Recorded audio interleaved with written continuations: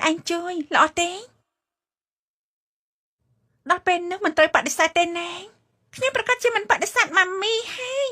អញ្ចឹងសម្រាប់តាមនឹងហើយអញនៅផ្ទះកំដរឈឹងអើលេងឲ្យសប្បាយជាមួយពួកគេរងចាំម៉ាមីមកវិញណា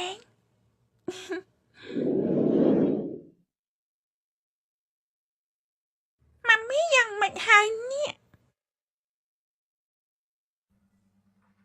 នាងខ្ញុំមកទិញត្រីទៀតហើយអាយ៉ា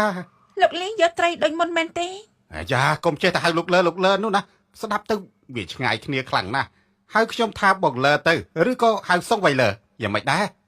យ៉ាងណាលោកជាភ្ញៀវហៅថាលោកលីអញ្ចឹងគឺល្អហើយអើយទីនេះត្រីគេលក់ច្រើនណាស់មើលទៅ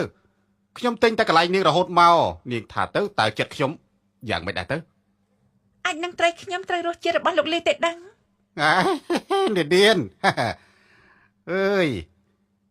មិនមែនត្រីនេះគឺត្រូវមាត់ខ្ញុំទេណាគឺនាងទៅវិញទេដែលត្រូវមាត់ខ្ញុំនាងនេះណា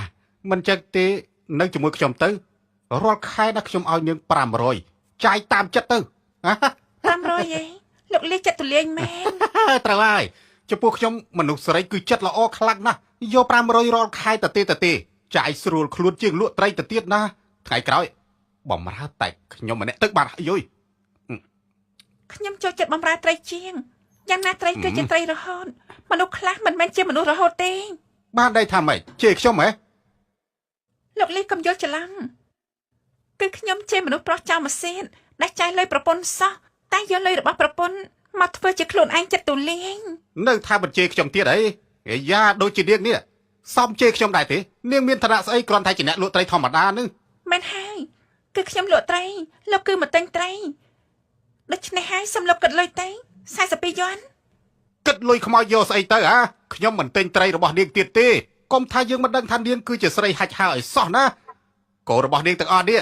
មិនដឹងជាទៅកើតជាមួយនឹងមនុស្សព្រៃម្នាក់ណានោះទេមែនទេអ្នកណាជាមនុស្សព្រៃអ្នកណាចេះដឹងរឿងយើងខ្លាំងម្លេះវើយ